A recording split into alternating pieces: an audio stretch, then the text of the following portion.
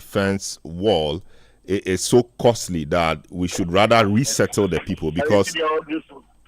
Hello?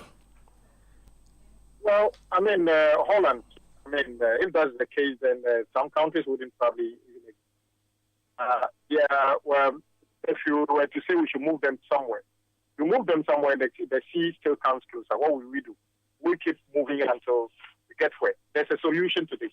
And there are examples across the world. We can do this. It's not too costly, to be honest. I mean, the lives and property that is being damaged is probably more than the cost of building a sea defense. We are human beings. We know the force of nature is there, and we can build around it to make the society safer. So I believe there's a solution, and that's exactly what we are doing. We are going to continue building the sea defense to protect the coastline. I see. I don't know about the resettlement site, but the president, obviously in that voice clip, is not happy about the resettlement project started by the erstwhile administration. He said that the job appears shoddy, that the site was not proper, and all of that. What was the real situation there? The resettlement we're talking about was not part of the original project we are talking about. The resettlement, I'm told, was initiated when the assembly asked for support from Ghana Gas to resettle some of the affected people. So it was not part of the sea defense project. And indeed, we went to the site. You can't find a more shoddy work than what we saw. I mean, even the location was in a swamp. So it's a total waste of government money. And I'll be expecting that the new Ghana Gas management should look into what went into the approval for this particular project at the particular location and the quality of work being so poor. But are people living there yet? Is the project completed? I mean, the resettlement, is any of the houses completed yet? Not a single one was completed yet. The buildings are falling apart. That is the sad thing. So even if one city was spent, it would have been a waste. I mean, none of the buildings is yet completed for occupancy, yet it's falling apart. So it's not something you can easily say we should go and complete for somebody to occupy. It's a total waste of government resource. Do you know how many housing units were to be built as part of this resettlement plan? At least, I saw more than 5 or 6 buildings at different stages of construction. I see. Talking about the extent of devastation caused by the waves, an economist, Dr. Wolanyu Mensah, is calling on government to declare a state of emergency in the tidal waves affected areas. Is that a call government will want to heed? Well, I don't know what goes into the declaration of a state of emergency. Of course, what I saw there was devastating. Homes are gone. So many things are gone. But I think the best thing we can do for our compatriots living there is to go ahead and do the sea defense and to protect them and protect our coastline.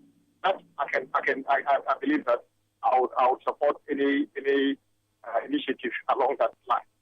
I see. And of course, let me say a big thank you for donating some relief items to our countrymen and women in that part of town. But given that their livelihoods have been destroyed, etc., what is the plan to ensure that they are able to put body and soul together whilst government tries to permanently resolve the situation?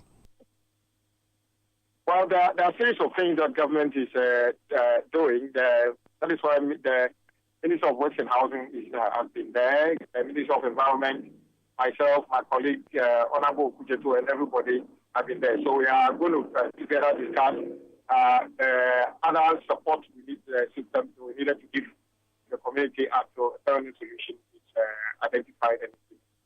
Very well. Thanks so much for this. But of course, yesterday, we hardly get you. So yesterday, we know you were at some sites, the Fankor area and a few other important road project sites. What will you say about the extent of work and the progress of work you saw yesterday? Well, I went to 4 different sites of Fankor. The project has significantly slowed down. The quality of work is good, but the contractors slowed down. We have encouraged them to reactivate more, they have agreed. we discussed issues of payment. That particular project is GOG funded, so it's upon government to honor its obligation in that line. The other one, which is the motorway, is also GOG funded. I hear people always talk about PPP. The motorway project is nothing like a PPP. It's entirely funded by the government of Ghana, and that is what it is. Yes, the paperwork that came to Parliament assumed that somebody else was going to bring in some money to do this. As we speak, nobody brought the city, so it's GOG fully funded. That project is on course, but we believe that the speed can be better than what it is. But when we went to side, we were on course. The motorway to Central University, the 17 kilometers by DHM, is a loan which not have been this restructured. The contractor was not actively on site working, but we spoke to them somewhere 2 weeks ago, and then they said we were going ahead to do some demolition of some buildings in the right of way, and then they were putting themselves together to come back.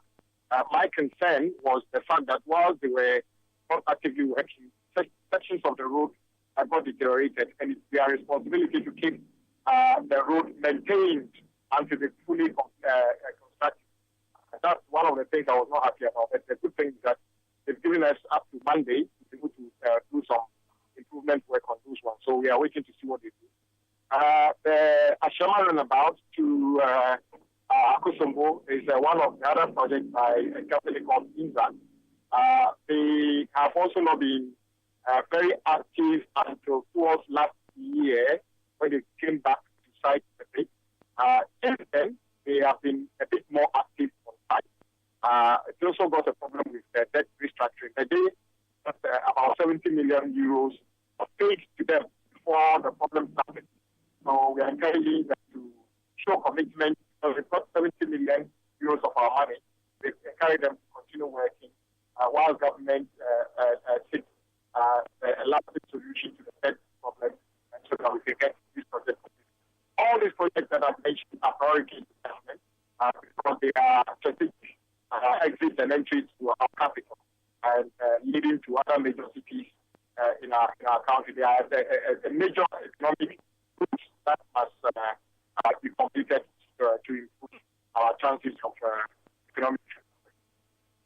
Very well. We often get complaints from people using the Ofankor in Salem stretch. They complain about dust and the slow pace of work. You've addressed the issue about slow pace of work, that a contractor will speed up things once money is given, etc. How about the dust and all the inconveniences that passengers or that road users face whilst using the road? Well, even before I went to the site, we had a lengthy interaction with the contractor and then the consultant at the ministry. And as a result, they actually took some steps to address some of the concerns of the public. You are very right. The concern about the dust on the sections that have not yet been sealed have been raised, and it's a fact. And we raised it with them. Fortunately, when we were there yesterday, they appear to be doing a lot more grading and then compaction and then watering. And we encourage them to continue to do that to reduce the dust on the road, and they have agreed to do that. So let's see what happens in the coming days.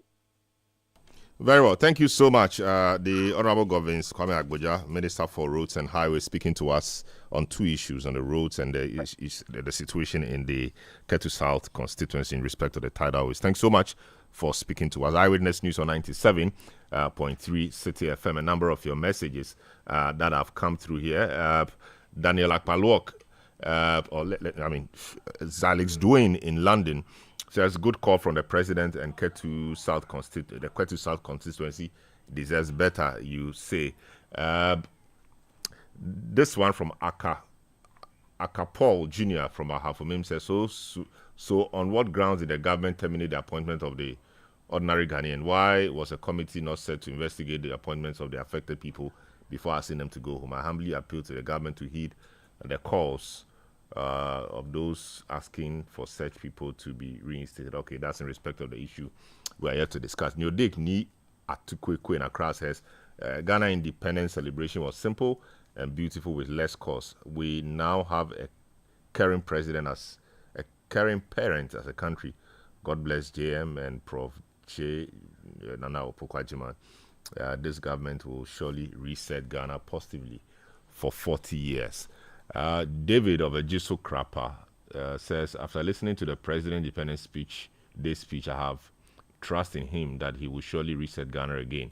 Mausi Ayebi Aista from Abutia, 13, the voter region, says, we commend President Mahama for directing the finance minister to prioritize funding for the completion of phase 2 of the Blekusu Sea Defense Project, which is crucial for Agaveji and surrounding communities. Thank you for providing relief items.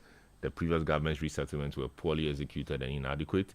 President John Mahama's support brings hope and necessary assistance to those affected. Ghana, you say, shall work again. Eyewitness News on 97.3 Citi FM. Now, let's get to the independent story. Indeed, the president, today addressed the Independence Day parade. It was a bit of a difference because instead of having it at the Independence Square or anywhere around the country in terms of rotating it around as the former administration did, he decided to hold today's at the Jubilee House. And so he said a few things there. President Mahama says that Ghana's Independence Day should serve as a reminder to leaders about the importance of accountability, protecting freedom, and fulfilling promises to the people. Marking the country's 68th Independence Day today, the celebration took place at the Jubilee House with dignitaries, government officials, security personnel, and members of the diplomatic corps in attendance. The theme for the event was Reflect, Review, and Research. In his address, the president underscored the need to uphold the principles of freedom and accountability, which have contributed to the nation's growth and progress. We must, however, remind ourselves that democratic participation transcends just the act of voting. It is fundamentally about accountability and the security needed to demand it.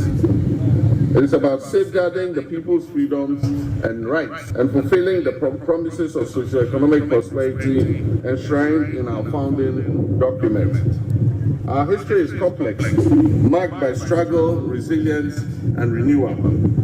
But through it all, one truth stands firm. The unbreakable will of the Ghanaian people has ensured that no matter the twists and turns, our democratic spirit endures and our destiny remains in our own hands. While we reflect on our journey, we must also review our standing today. We must assess our economic outlook, education and human resource development, natural resource management, national security, and our governance arrangements.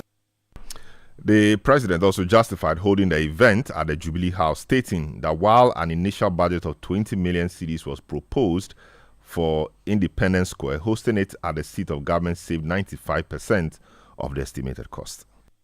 The state spent 15 million Ghana cedis on last year's celebration in Koforidua and spent 13.7 million cedis on the previous year's celebration in Ho in the Volta region. This year, we received estimates of at least 20 million Ghana cedis for holding the event at the Independence Square on the same scale as the previous year. In a year when we are calling on all to sacrifice, including workers who have graciously accepted a base pay adjustment far below the rate of inflation, it is unconscionable to spend that kind of money on a few hours of celebration. Today's event would save us 95% of the estimated cost of the event. You had President John Dramani Mahama. Now, the Convention People's Party has urged Ghanaians to rally behind President John Dramani Mahama's vision to reset the country, calling for national reflection, review and rebuilding of the economy. According to the party, the initiative outlined by President Mahama will benefit all Ghanaians regardless of political affiliation if successfully implemented. In a statement issued and signed by the chairperson of the party, Patrick Nelson Sobojo, the CPP also commended the president for his decision to scale down the 68th Independence Anniversary commemoration. Indeed, if the aspirations of the National Economic Dialogue are followed through, Ghana and the President John Dramani Mahama-led NDC government are bound to reach the heights the CPP reached during the First Republic. Another initiative worthy of praise is the decision to scale down the 68th Independence Anniversary commemoration and save 13,500,000 Ghana cedis, which is 90% of the previous cost. It is interesting to note that on record, the CPP message on the 66th Independence Anniversary in 2023 was for a boycott of the independence celebrations until the country was in a better state. This initiative to scale down the independence celebrations as part of the reset agenda by His Excellency President John Dramani Mahama is indeed laudable. The CPP wishes all Ghanaians a peaceful and relaxing 68th Independence Anniversary and calls on all to support the President in his call to reflect, review and reset, as building the economy we want together will benefit all, irrespective of party color, creed or ideology. You heard excerpts of a statement released by the convention's People's Party. It was read by my colleague Ejubi Wiafi Akentem. Eyewitness News on 97.3 Citi FM. We'll take a short break. When we return, we'll tell you why the Ghana Education Service is setting up a committee to look into the revocation of appointments and recruitments recently carried out. Don't go away. Eyewitness News. Be there as it happens. Oh, jump on now. Go. Gugomi, at what time will you come back where I don't hear the sound of your car? Why you buy new car? No, I not change my car. It be the same ride. It be the fuel way I change. Way one shouts it. Ever since I started using the all-new Excellium Premium Fuel, fortified with 3-in-1 action. Oh, Joe, now my car they run like electric car. No, it's so. This is the type of fuel where they want to. Because now engine they cost. Where they want for way if I buy it, it go protect my engine. And with the small way I buy, I go drive, sir. Absolutely. It's like strapping a turbocharger to your engine and giving it a protector. And what they bust my mind, Seth, be the 3-in-1 action, no? Excellium, they prevent up to 99% of deposit. It be anti-wear, some be anti-corrosion. Won't pay when I open them. Hey, so where can I find this magical fuel? Just head over to any Total Energy service station and your car will thank you. Hey, they make a finish my gobe fast, then rush go Total Energies. My friend, but why your hand my gobe inside? I give you info. Make a fill the gobe too small. Go. Yo, Pana. Excellium is designed to protect your car engine, decrease fuel consumption, and lower CO2 emissions. Don't say fuel, say Excellium. Choose Excellium, choose quality. This year, something magical is happening. A celebration of tradition, flavor, and community. Welcome to the Back to Your Village Food Festival 2025. Taste the heart of your heritage with mouth-watering dishes from across the country like Ademe with Akple, Tozafi with Ayoyo soup, Kokonte, Apapranta, Rare Quine, and many more. From rich spices to sweet treats, it's a journey for your senses. We're taking you back to your village. Oh yes, let's recreate our age-old recipes. But it's not just about food, you know. We're celebrating culture, connecting with family, and making memories that last a lifetime. This March, let's come together and discover the flavors that make us who we are. The date is 29th and 30th of March 2025. The venue, Accra Metropolitan Assembly, and the time is 10 a.m. through till 6 p.m. each day. The Back to Your Village Food Festival 2025, where food, fun, and tradition meet. See you there. Interested vendors should call 0558 973 973 or 0205 973 973 to register. The Back to Your Village Food Festival 2025 is powered by Channel 1 TV with support from 97.3 Citi FM and is proudly sponsored by Gino.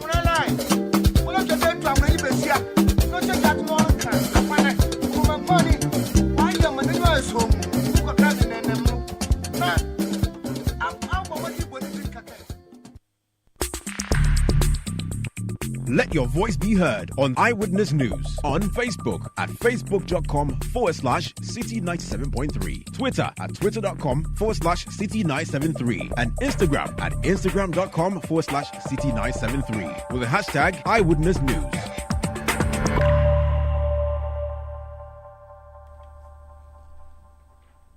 Eyewitness News on 97.3 Citi FM. Now we go to the Ashanti region.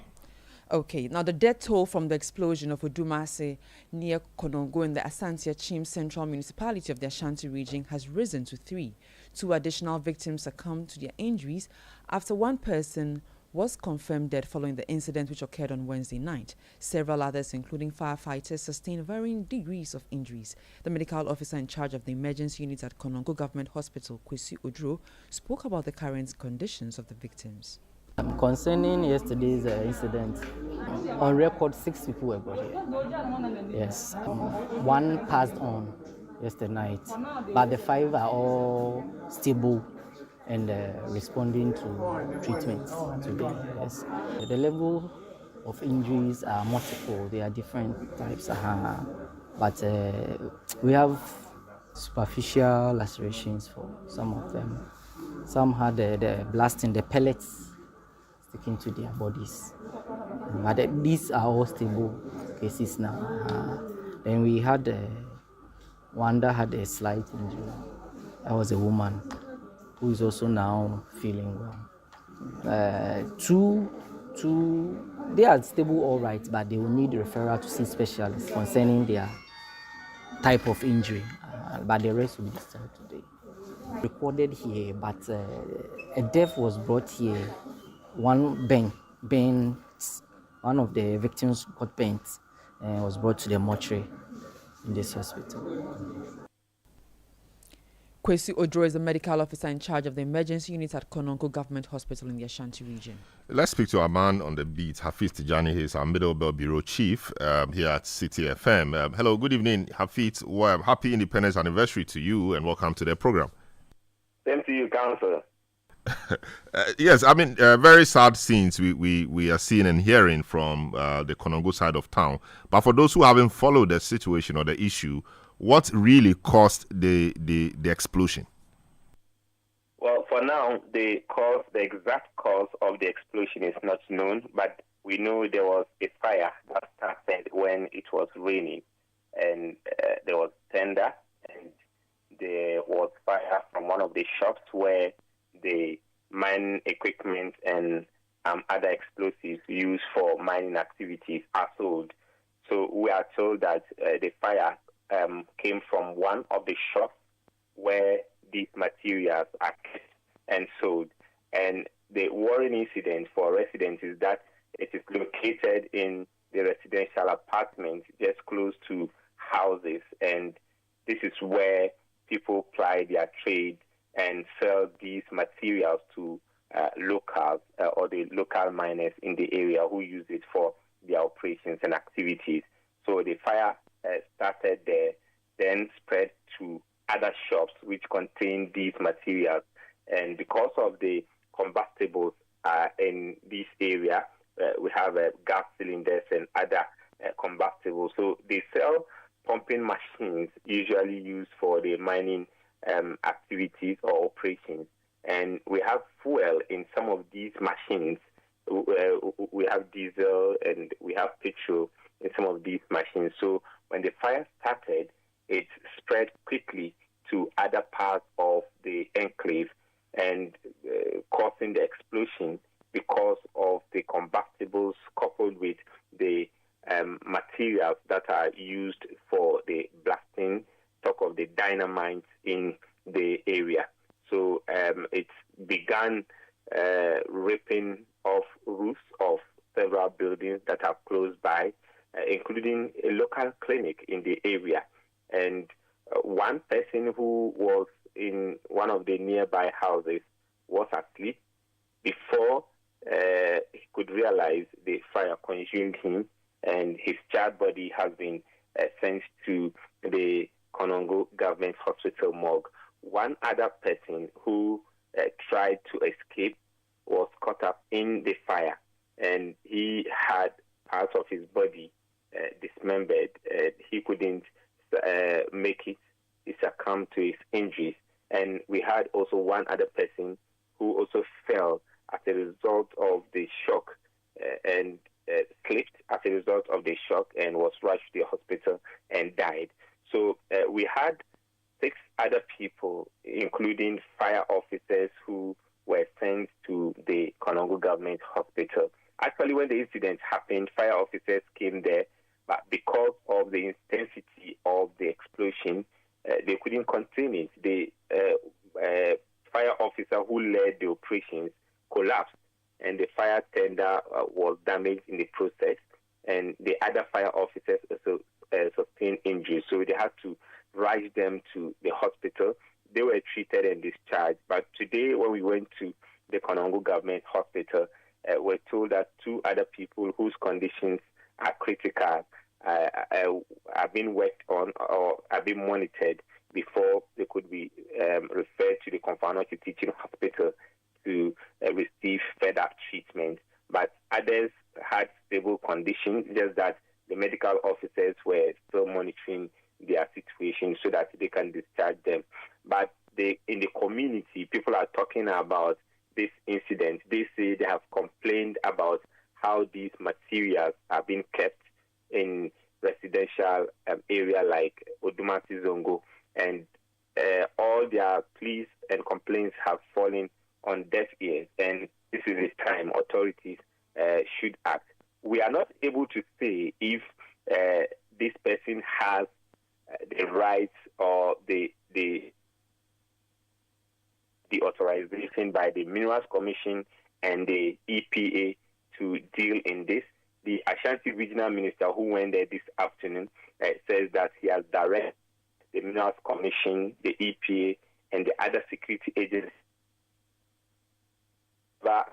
ordered the arrest of the person who is dealing in these materials, and also directed the security agencies to comb through all mining communities to see if they have similar incidences of people selling some of these materials and keeping them within residential areas so that retrieve them and ensure that such incidents do not recur. I see. Quite a comprehensive report you have there, Hafiz. But so the point really is that the explosion did not come from a mine, but it came from shops which sell mining, inputs or mining necessaries, right? So that's fine. So it's not from a mine; it's from shops. Also, yes. The shops, are they close to a mine or they are just in the community? Well, so if you know Konongo very well, Konongo is a typically mining area. And the Odumasi area, you have people even mining in their homes. So the minister, when he visited there, also raised such a concern. He says that some of the miners have tried to dig some tunnel under their homes, and they are mining. You recall last year we carried a story where a young lady fell in a pit which collapsed because, and this was attributed to the sort of mining activities that are being carried out at the place. So it's a typically mining area. People do this rock mining. So they would need some of these explosives to carry out their operations in terms of blasting the rocks to get the gold from this, or the proceeds from the rock. So it's not per se close to a mining area or a mining company, but people are mining even in the community, and that is why you have some of these activities carried out at this place. I see. So we don't know whether, we've not heard from the Minerals Commission proper. It's just the minister for the region who has directed the Minerals Commission and EPA to get onto the ground and do some work. The Minerals Commission themselves, we've not heard anything from them, whether the people in the area had license or authorization to sell those products or those goods there. Yes, we have not heard from the Minerals Commission, just that the minister made mention of adding the Minerals Commission as a regulatory agency and the EPA and other security services like the police and the fire service. So when we got there, we saw some CIDs from the Ghana Police Service who were also taking some or who were also doing their part of the investigation. And the fire service also told us earlier in the morning that they have launched investigation into the cause of the fire. They are investigating the fire before they will even talk about how the explosion happened. So the police also is assisting in this. So it's an interagency collaboration the minister is trying to direct to get the Minerals Commission, the EPA, and other agencies from the security services to do this investigation jointly. Hafiz, thanks so much. Hafiz Tijani is our Middle Belt Bureau Chief, and he oversees the Middle Belt for 97.3 Citi FM and Channel 1 television. Thanks so much for bringing us up to speed on the happenings around the Konongo area in respect of the explosion. Eyewitness News on 97.3 Citi FM. Natalie gives us some more stories. Now, the chairman of the National Development Planning Commission, Dr. Nimoy Thompson, is advocating for the formalization of Ghana's informal sector. According to him, this action, if implemented, will enhance productivity and drive economic transformation of the country. Speaking in the Citi Breakfast Show earlier today, Dr. Nimoy Thompson asserted that discussions on the informal sector should shift from taxation to formalization. Every time we talk about the informal sector, the first thing is taxes. Yeah, there's a segment there that should be paying taxes that are not paying taxes. Yeah. But the vast majority, overwhelming majority of them are below the threshold for even paying taxes, precisely because skills are low, capital per worker, as we call it, is low, production processes are...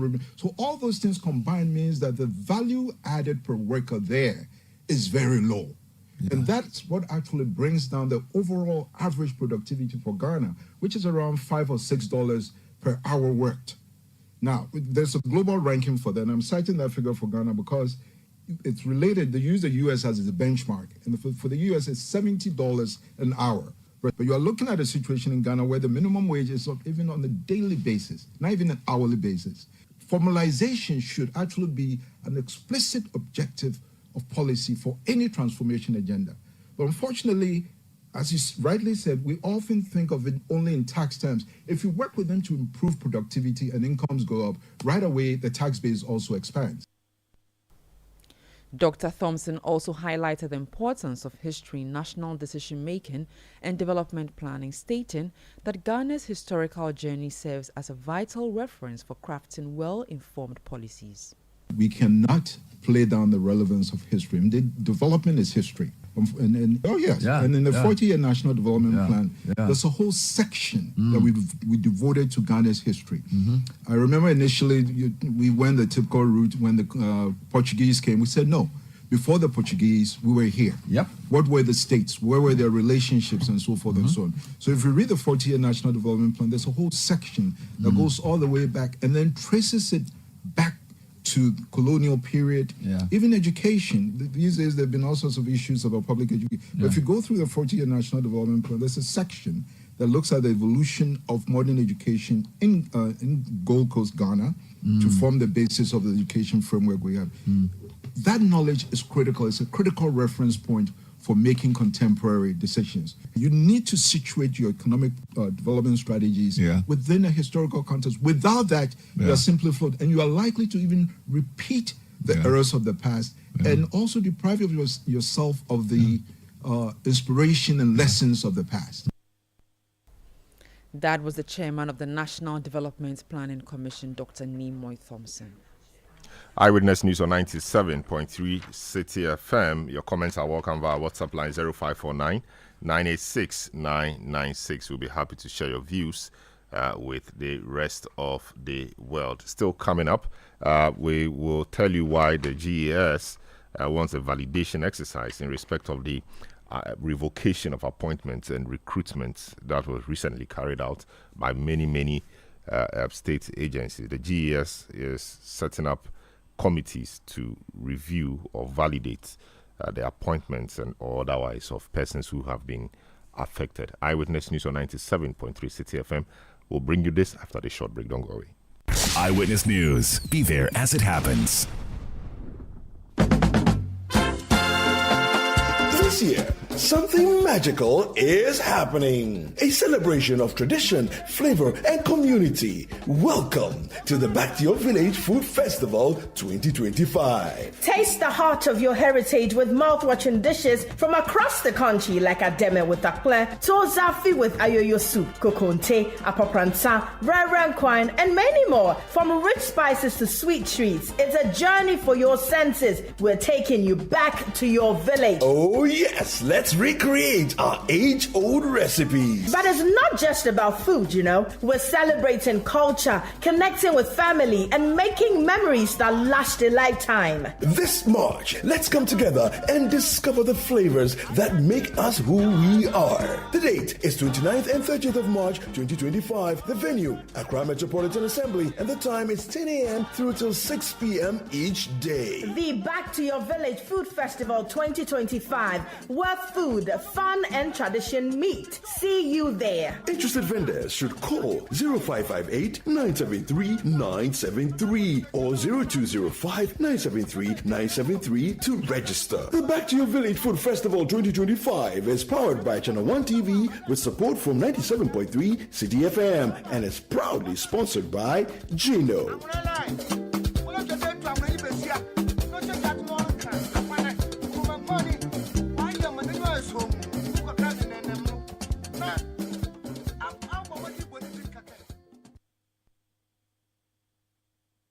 This March, we invite you to splash in the pool of cultural expression and soak yourself in a celebration of indigenous authenticity in our Heritage Month.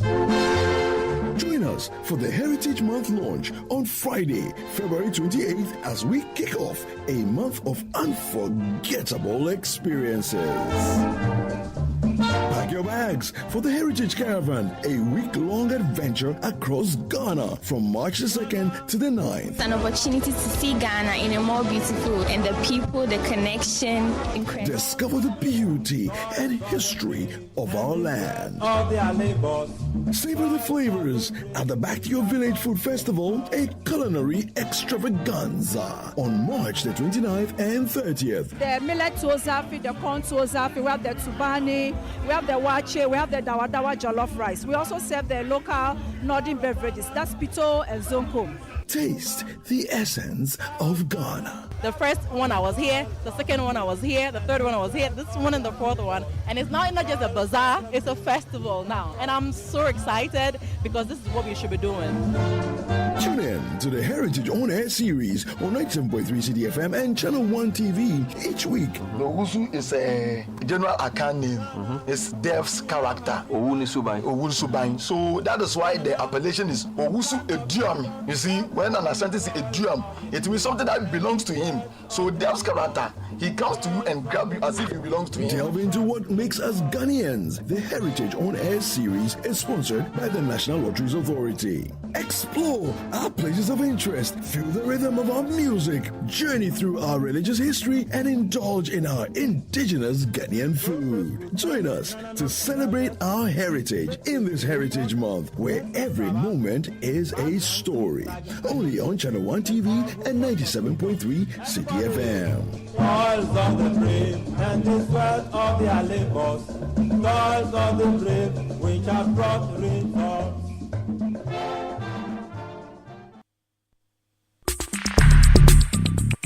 Let your voice be heard on Eyewitness News on Facebook at facebook.com/Citi 97.3, Twitter at twitter.com/ and Instagram at instagram.com/Citi 973 with the hashtag Eyewitness News.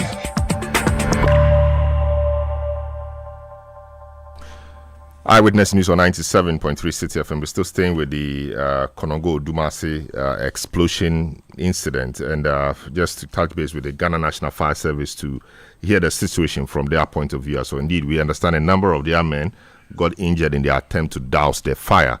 We've been joined on the line by DO3 Peter Adai, who is the Shanti Regional PRO for the Ghana National Fire Service. Hello, good evening, sir. Welcome to Eyewitness News. What can you tell us about this unfortunate incident? Good evening, Salam. I'm DO2. Oh, DO2. Apologies. DO2. Apologies. Yes.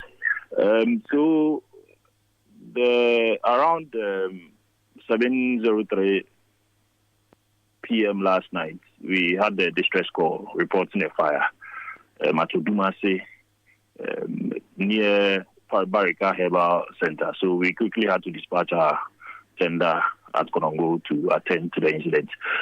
While they were approaching the fire scene, they saw a young man approaching them and warning them to stay off for their safety.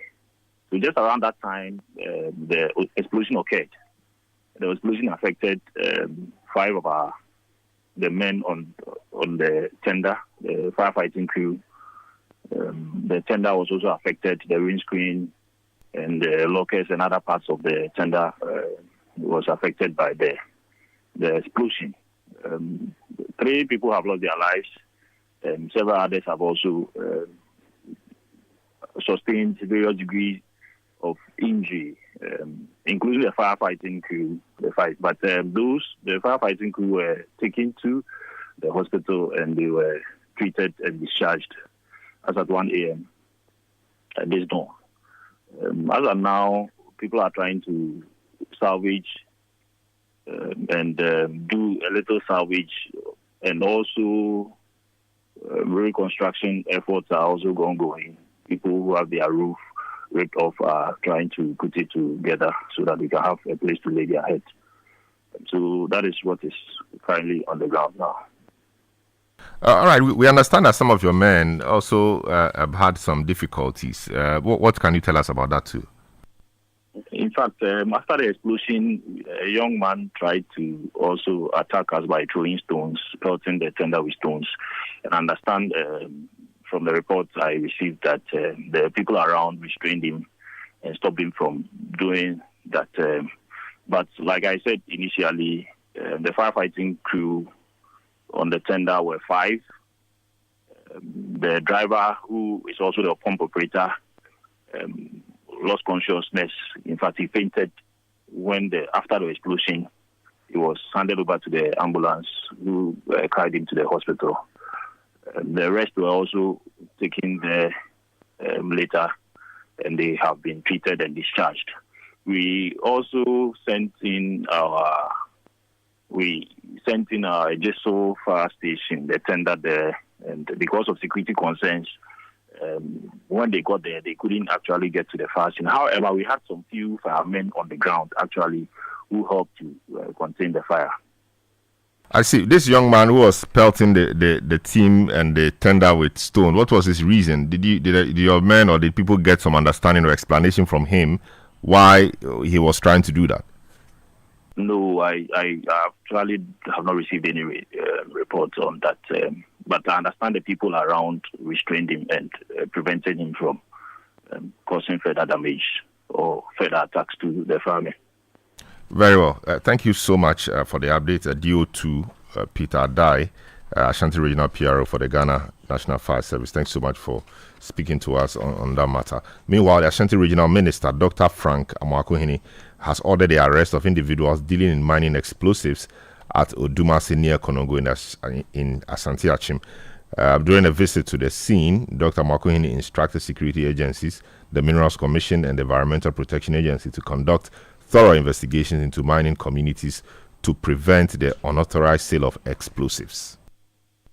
I received some briefings yesterday night that there was an explosion here at Odumase, and the preliminary information suggests that someone was selling explosives right here at home, and from the rainstorm, something triggered it, whether a shock whatsoever, then there was an explosion. 30 houses have been affected so far, and 2 people are deceased, and then some are also injured and are at the hospital.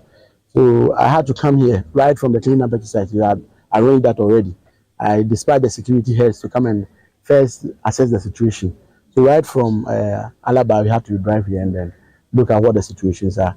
And indeed, when we came, it is a sorry situation, and we have to make sure we put together all the emergency institutions so that we can support them. So I've instructed that NADMO here gives us a comprehensive report on the household affected so that we can liaise to see how best we can intervene. The NADMO stores at the regional level to instruct them all the emergency items they have. they need to bring it down to make sure that we are able to, as it were, support the affected family. Again, we are supporting each household with 5,000 Ghana cedis, all the 30 households, which amounts to almost 150,000. We make it available to the coordinating director and the Nananum so that the households can have some emergency release for the few days ahead, whilst we work to get NADMO to intervene. Following that, I had received complaints about a bridge that is falling, and this looks like more like a hanging town because it looks like there is a mining tunnel that runs through the town, and it is falling the bridge. So I'm thankful to the leadership that they've closed the bridge, and I've cautioned that motorcycles and any heavy whatsoever tricycles should not use this bridge. Immediately, I will inform the Honorable Roads Minister, and then I also send engineers down to assess the situation so that we can see how best we can use one stone to kill two birds and see how best we can fix that bridge. So, I mean, it's a sorry situation. We only extend the condolences of His Excellency the President to the affected families and also to Nanano for such a sorry situation as occurred yesterday. So, thank you very much. With regards to the explosion, have they been able to arrest anybody? So no arrest has been effected yet. I'm told that the people who were operating that shop have absconded, but the police they're investigating and tracking them with all seriousness. So we need to make sure that these issues, we learn something from them and they don't recur. We experienced a similar situation at Apiati, so I thought that we shouldn't experience some of these things this soon. But it's very unfortunate that we have this on our hands. Following that, I've instructed the security agencies, the BNI, the National Security, the police, the CID, to conduct a thorough investigation, especially across the mining communities. So that was the Ashanti Regional Minister, Dr. Frank Amwakuhini. Eyewitness News on 97.3 Citi FM. Natalie Hasmo. The Ghana Education Service has set up 3-member committees nationwide to review the cases of staff affected by the recent revocation of appointments. The revocation, announced on Monday, February 17th, apply to all teaching and non-teaching staff who have yet to be placed on the government payroll. However, in a statement issued yesterday and signed by the Acting Director General of GES, Professor Ernest Davis, affected staff have been directed to have the appointment letters, academic certificates, licensure certificates and national service certificates submitted to these committees for review. Just to add that the committees are made up of the Regional Human Resource Officer, the Regional Internal Auditor and the Regional Accountant, and they have to be leading the validation process. Eyewitness News on 97.3 Citi FM. We take a short break. When we return, it will be business news time, after which we do Point Blank, where we touch base with the Heritage Caravan and also bring you the President, John Dramani Mahama's independence speech. Don't go away. Eyewitness News. Be there as it happens. Get the details. Every significant financial transaction, every market movement, and all the policies that affect your business. Citi Business News. Be informed. Time now for Citi Business News on Eyewitness News. I am Neti Ajahu. Let's settle for the details now. Government is being urged to establish large-scale commercial farms as a strategic measure to address food inflation, which continues to be a key driver of overall inflation.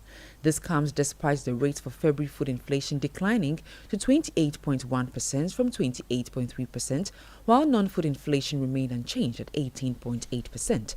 Speaking to the Business News economist, Professor Patrick Esuming stressed the need for a deliberate policy approach to tackling food inflation, warning that sustained high prices in the sector could undermine broader economic stability. Some of the longer-term problems of the economy, dependence on imports, dependence on foreign financing, and the fact that the economy productivity is not really doing well, and we are not growing what we produce, and we are not exporting as much as we could. So if you put all of those together, these are things that take several years to solve. So I think what you expect from the new administration is to just give us a clear strategy, if you like, a roadmap of the specific things that we will do, especially when we exit the IMF program that we are under.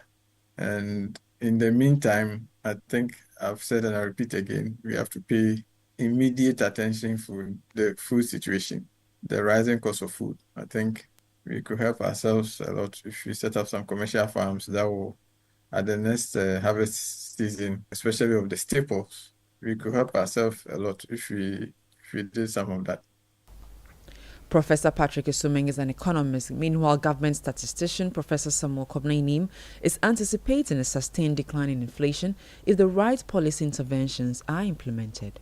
Historically, between January and February through to March, we see some stability in the rates of inflation because we've just come off the festive season. The harvest season has not really kicked in. So we normally see some stability between January and March in terms of the rates of inflation. So what we are recording here now with the marginal drops from both a month-on-month perspective and a year-on-year perspective is not significantly different from what has been the case in the past. What rather we should avert our minds to is that consistently we are seeing a dip in a month-on-month inflation, at least for the third consecutive time. And if we are able to follow through that with appropriate policies, we might be able to get rates of inflation further down in the course of the year. That was government statistician Professor Samuel Kobna. Now, President John Mahama has given the firm assurance that his administration will stay committed to strengthening domestic revenue mobilization as a key strategy to reduce Ghana's reliance on foreign aid. Speaking at the 68th Independence Day celebrations, President Mahama noted that Ghana cannot achieve true economic independence if it continues to depend heavily on external assistance.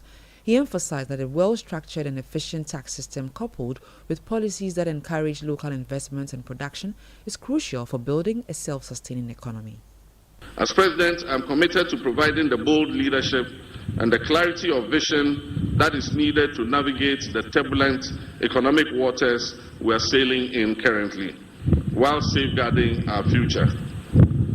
Discussions about our independence often highlight our reliance on imports, on donor aid and IMF bailouts as signs of continued dependence. This reminder is repeated so often that while undeniably real, it risks becoming a cliché. Yet the entire efficacy of this reminder lies not in just repeating it, but in our willingness to take decisive action. Actions that will break the chain of dependency, not just the empty rhetoric of an Africa that is beyond aid. Proclaiming self-reliance while marching straight back to the donors, into the hands of the donor agencies, begging bowl in hand, is really meaningless. To break this cycle of dependence and reset our economy, my administration is formulating policies based on fiscal discipline and living within our means. We're striving to expand our economy to yield prosperity for all. And to do this, we must look within and make sure that we are raising revenue domestically. President John Mahama speaking there. Now, the Africa Center for Economic Transformation is calling for deliberate policy measures to drive Ghana's economic transformation. The think tank observes that the country's progress in structural transformation has deteriorated over the years, urging strategic reforms to accelerate sustainable growth. Senior Director of Research and Policy Engagement with the Africa Center for Economic Transformation, Dr. Edward Brown, has been speaking to the media on the sidelines of the media briefing on the country economic transformation outlook on Ghana. The main highlight is that economic transformation in Ghana has been deteriorating, and there's the need to reset, just as the government is talking about, and to be more intentional on focusing on what really matters for the economy to transform. And we see that the country's economy is not diversifying. It's still very much dependent on primary commodities, exports and production. It is not competitive, and productivity has not really improved. And even more so, human well-being, which there has been some progress, is stagnating. So there's the need for a much more focused, intentional effort. That was Senior Director of Research and Policy Engagement with the Africa Center for Economic Transformation, Dr. Edward Brown. Now, Prudential Life Insurance Ghana has reaffirmed their efforts towards sustainability initiatives by supporting sanitation hygiene initiatives. Under the Pro Climate Action Project in collaboration with United Way Ghana, Prudential Life Insurance supported the Choko and Chimwena communities with over $100,000 worth of items. Speaking in an interview with Citi Business News, Jane Donukwo-Mingle, the CEO of Prudential Life Insurance, explained that this program forms part of the company's sustainability initiatives aimed at driving lifestyle changes. To build sustainability, right? And we're looking at sustainability initiatives that will result in lifestyle change for the long term of good of the community. So we work with United Way, but they do a lot of these projects. And looking at different communities, we thought that the impact for Choko will be very significant. Looking at the population size and the issues that they've gone through in the past. So as a business, we take sustainability very serious. We have a function that drives sustainability. So we'll have monthly reporting between us and United Way, to ensure that whatever structures or processes we put in place is being implemented, right? And also the end result. So we have targets and what we seek to achieve at the end of the funding period. And because the community has also owned this, we'll have follow-up visits to ensure that beyond the project phase, these things have been continued, right, for the benefit of the community. Jane Donukwo-Mingle is the Chief Executive Officer of Prudential Life Insurance. And that's all for Citi Business News on Eyewitness News. I am Netele Nete Ajahu. Up next is Point Blank. Detailed news, unparalleled coverage. City News on 97.3 FM. Oh, jump on now. Go. Gugomi, at what time will you come back where I don't hear the sound of your car? Why you buy new car? No, I don't change my car. It be the same, right? It be the fuel way I change. Way one shouts it. Ever since I started using the all-new Excellium Premium Fuel, fortified with 3-in-1 action. Oh, Joe, now my car they run like electric car. No, it's so. This is the type of fuel where they want to. Because now engine they cost. Where they want for way if I buy it, it go protect my engine. And with the small way I buy, I go drive, sir. Absolutely. It's like strapping a turbocharger to your engine and giving it a protector. And what they bust my mind self be the 3-in-1 action, no? Excellium they prevent up to 99% of deposit. It be anti-wear, some be anti-corrosion. Won't pay when I open them. Hey, so where can I find this magical fuel? Just head over to any Total Energy service station and your car will thank you. Hey, then make a finish my gobe fast, then rush go Total Energies. My friend, but why your hand my gobe inside? I give you info. Make a feel the gobe too small. The go. Excellium is designed to protect your car engine, decrease fuel consumption, and lower CO2 emissions. Don't say fuel, say Excellium. Choose Excellium, choose quality. Eyewitness News. Be there as it happens.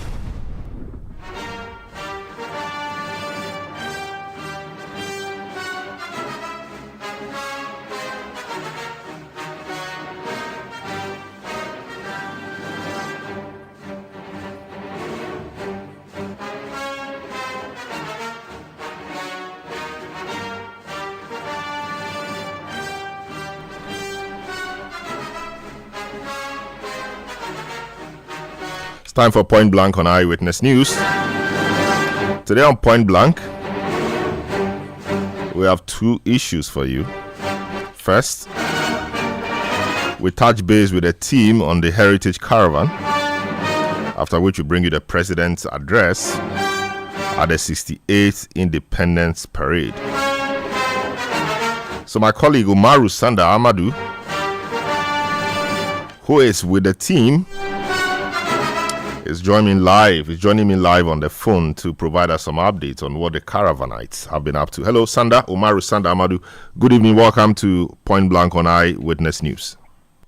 Good evening and thank you, Salam, for crossing over to us here. Happy Independence Anniversary to you.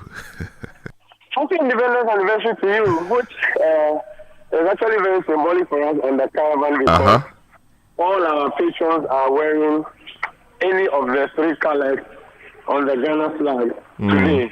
I see. So you're either in color red, color yellow, or color green. Then we the staff are wearing color black. I see. Which signifies the Black Star of Africa. I see. Yes. So I understand you just arrived at Ejiso. I also know that today you are at the Ghana Armed Forces Museum and all of that. Talk to us about how the day has been. Well, today we left Tunyani in the morning, used that hotel, and we made a straight line to Kumasi, the Ashanti regional capital.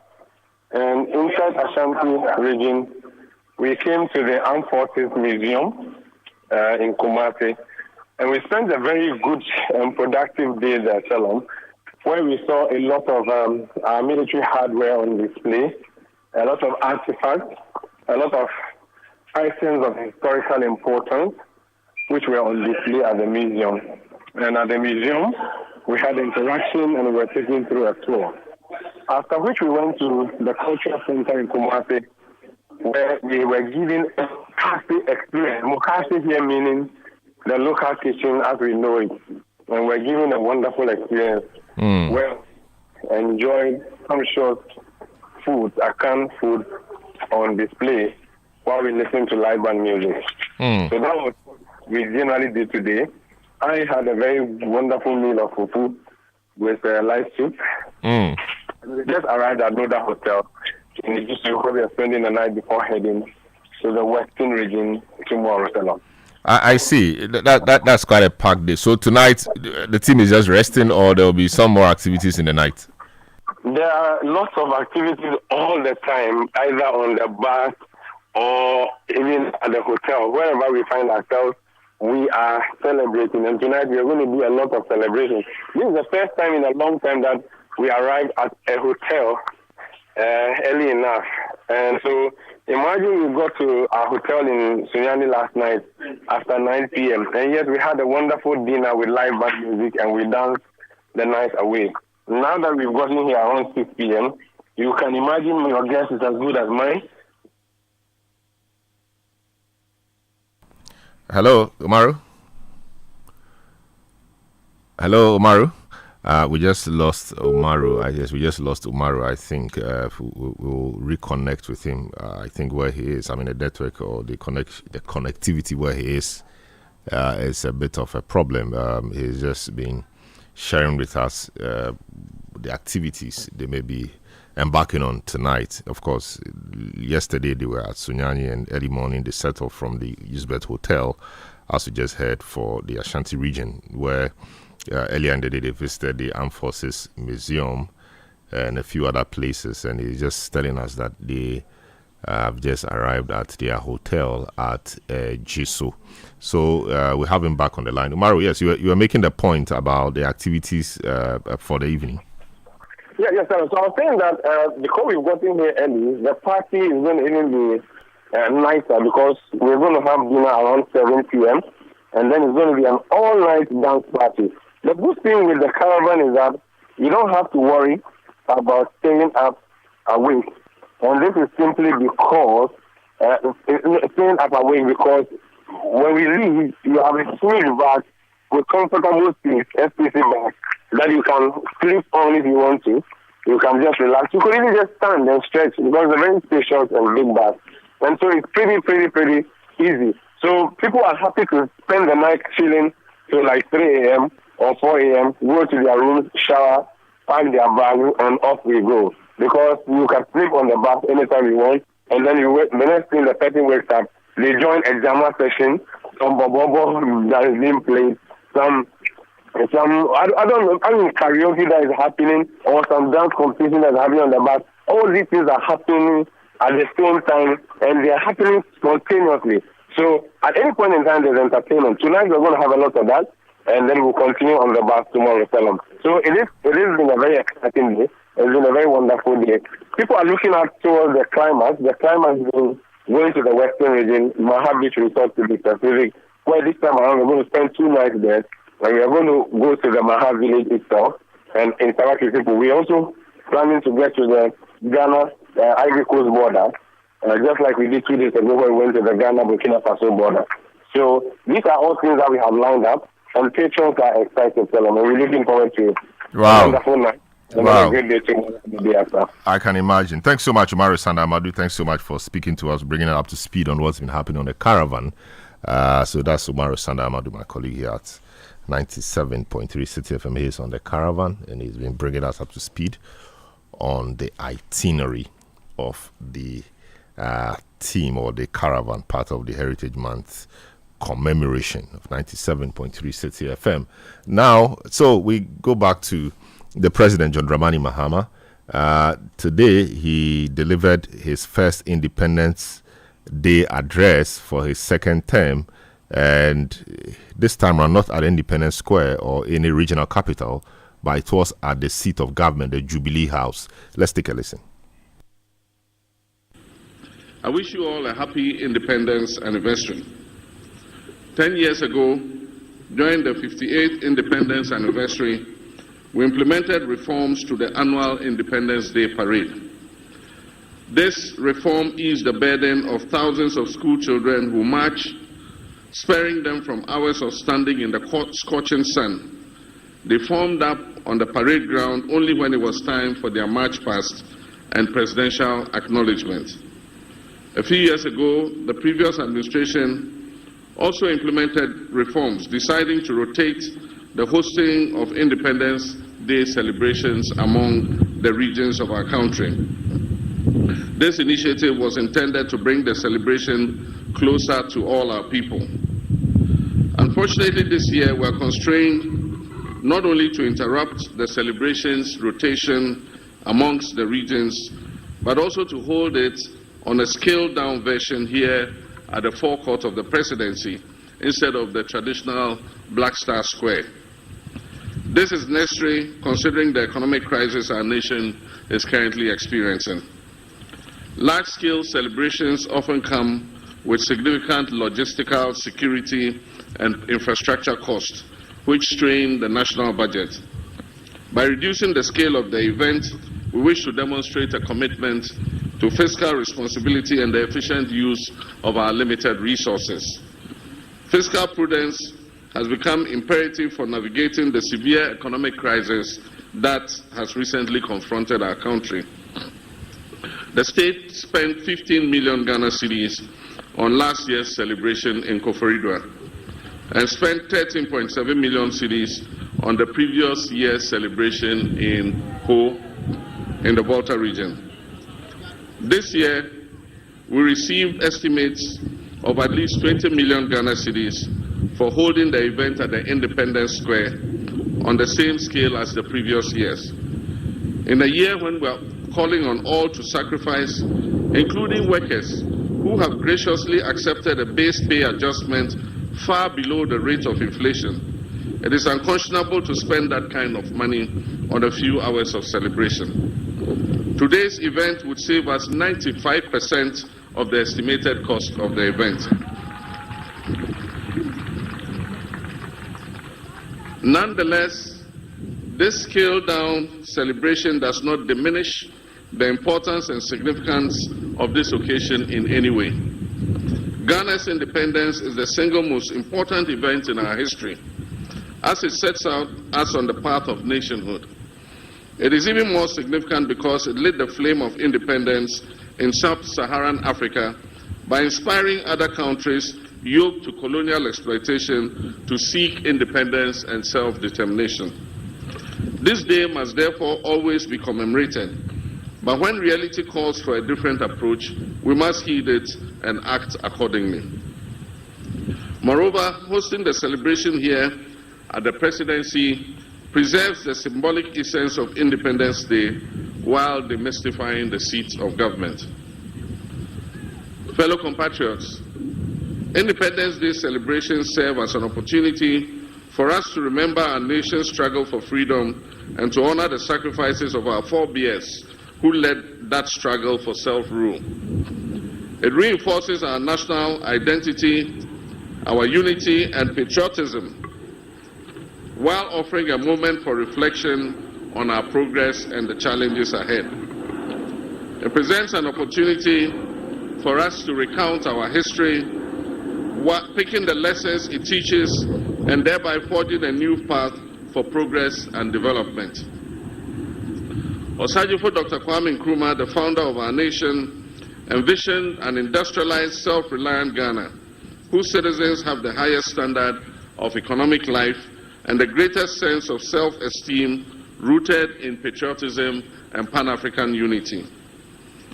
But on February 24, 1966, a joint military and police coup d'etat shattered that dream, plunging Ghana into decades of instability and military takeovers. The verdict of history is now loud and clear. Declassified documents from the United States archives reveal that this was a coup inspired and engineered by the CIA. This remains the most regrettable and darkest moment in our nation's history. That moment sparked a series of historical events that have set us back and significantly delayed our attainment of the objectives of nationhood. We have had moments of triumph and moments of anguish. We have now blossomed into a fully fledged democracy with a healthy culture of peaceful power transfers. We must, however, remind ourselves that democratic participation transcends just the act of voting. It is fundamentally about accountability and the security needed to demand it. It is about safeguarding the people's freedoms and rights and fulfilling the promises of socio-economic prosperity enshrined in our founding document. Our history is complex, marked by struggle, resilience, and renewal. But through it all, one truth stands firm. The unbreakable will of the Ghanaian people has ensured that no matter the twists and turns, our democratic spirit endures and our destiny remains in our own hands. While we reflect on our journey, we must also review our standing today. We must assess our economic outlook, education and human resource development, natural resource management, national security, and our governance arrangements. It is essential for us to conduct a thorough review of our healthcare system, agriculture and food security, infrastructure and urban development, and the role of science, technology, and innovation.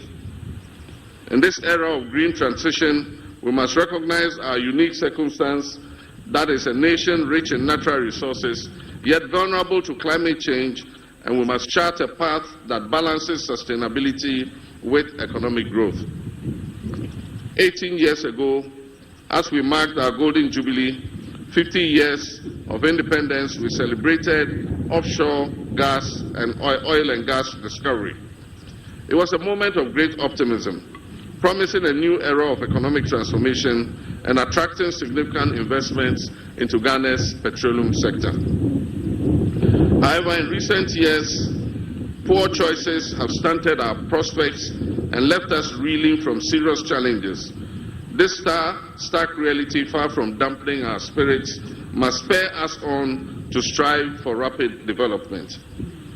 For if our forebears, armed with far less, did not permit their backs to be broken by a repressive and exploitative colonial administration representing an imperial power, how can we, their progenies, armed with far more, despair in the face of these challenges?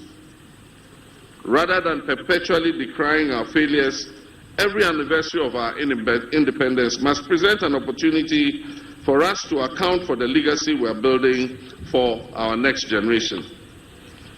We of this generation are merely custodians of this country and resources. They are entrusted to us to manage them wisely today for the generation of tomorrow. These independence anniversaries must therefore be a moment of reflection, not on what we have done for ourselves, but on how well we have stewarded national assets for those we will hand them over to in the future. Our story cannot be one of missed opportunities. It must be one of continued effort to achieve far more than we can boast of now. Posterity will not accept our failures or take them kindly. As President, I am committed to providing the bold leadership and the clarity of vision that is needed to navigate the turbulent economic waters we are sailing in currently, while safeguarding our future. Discussions about our independence often highlight our reliance on imports, on donor aid, and IMF bailouts as signs of continued dependence. This reminder is repeated so often that while undeniably real, it risks becoming a cliché. Yet the entire efficacy of this reminder lies not in just repeating it, but in our willingness to take decisive action. Actions that will break the chain of dependency, not just the empty rhetoric of an Africa that is beyond aid. Proclaiming self-reliance while marching straight back to the donors into the hands of the donor agencies, begging bowl in hand, is really meaningless. To break this cycle of dependence and reset our economy, my administration is formulating policies based on fiscal discipline and living within our means. We're striving to expand our economy to yield prosperity for all. And to do this, we must look within and make sure that we are raising revenue domestically. This administration is working to implement the 24-hour economy program to ensure that our economy never goes to sleep. This will allow us to create the necessary job expansion, boost productivity, increase our exports capacity and trade footprint, and also reduce our dependence on foreign aid. The US dollar $10 billion Big Push initiative will also modernize our infrastructure. It will create jobs. It will stimulate local industry, ensuring that our development is driven from within rather than funded from outside. Agriculture remains our biggest opportunity to reduce import dependence. With over $2 billion spent annually on food imports, the Agriculture for Economic Transformation agenda is structured to strengthen local agribusiness and ensure food security. The Feed Ghana program will drive mass food production and stabilize food prices. At the same time, the Poultry Farm to Table initiative, otherwise referred to as Nkukong Kitenkite program, will boost domestic poultry production and processing to directly address our 95% reliance on imported poultry products. The success of these policies depend on active citizen participation, particularly from our young people. The AgriNext program will equip 30,000 young people with land, training, and agribusiness opportunities.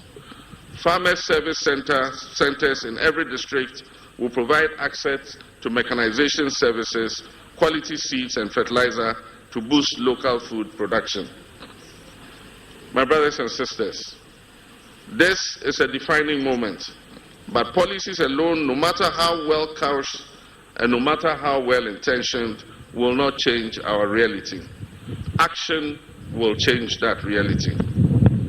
As President, I'm taking the necessary action to create growth opportunities and enhance our economic independence.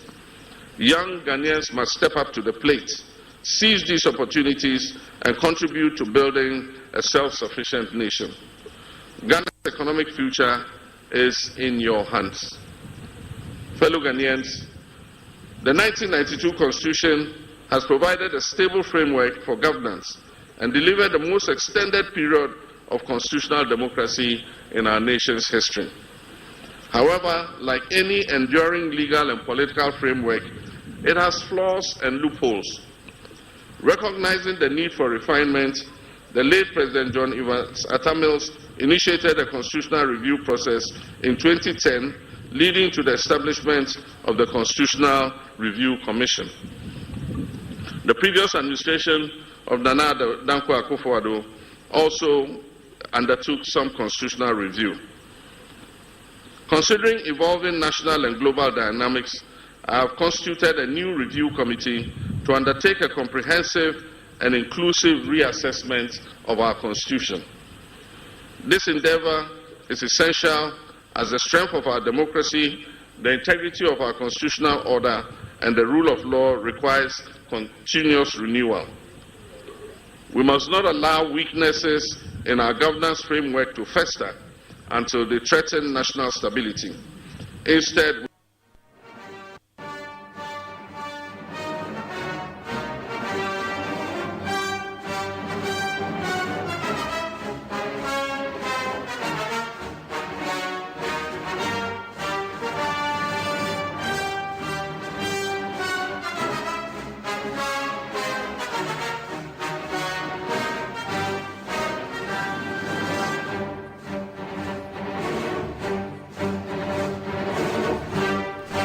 So those were excerpts of the President John Dramani Mahama's Independence Day address delivered at the Jubilee House today during the Independence Parade.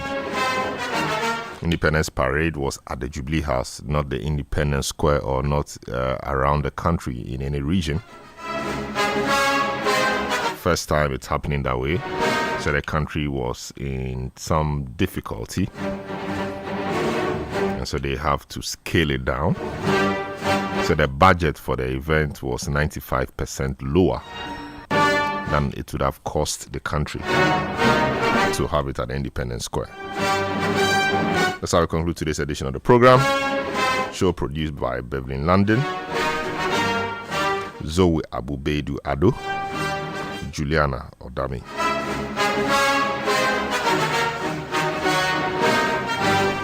Technical assistance given by Desmond Nyako. Earlier you heard Neteli Nete Ajahu. My name is Salom Adonu. Have a good evening and a happy Independence Day anniversary. Citi News. We speak first. Reach our hotline on 0302 224959 and get interactive on Facebook, Citi 97.3 FM, and on Twitter at Citi 973. Citi 97.3. Accra. So these are original dance band compositions composed by the Adaha Dance Band. Our first one is a presidential address. We call this Fellow Ghanaians. Enjoy this one.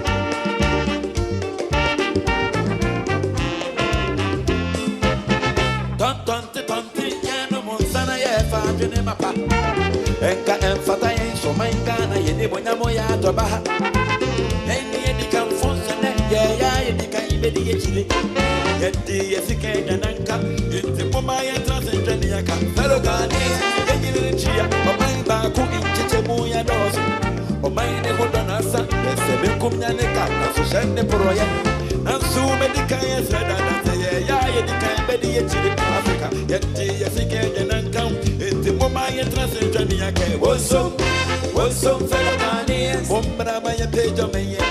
God bless our whole Ghana and make her great and strong. What's up, fellow Ghanaians?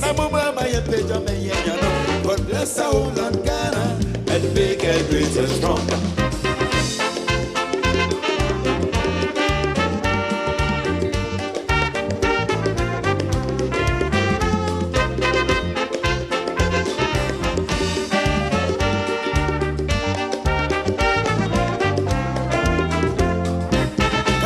Bibis Roman and I don't pay this more cojeto on my Yaberati, Yamaya Homody, Chimman, Nabeda, that's mine. Why never kind like I said, service to God and country.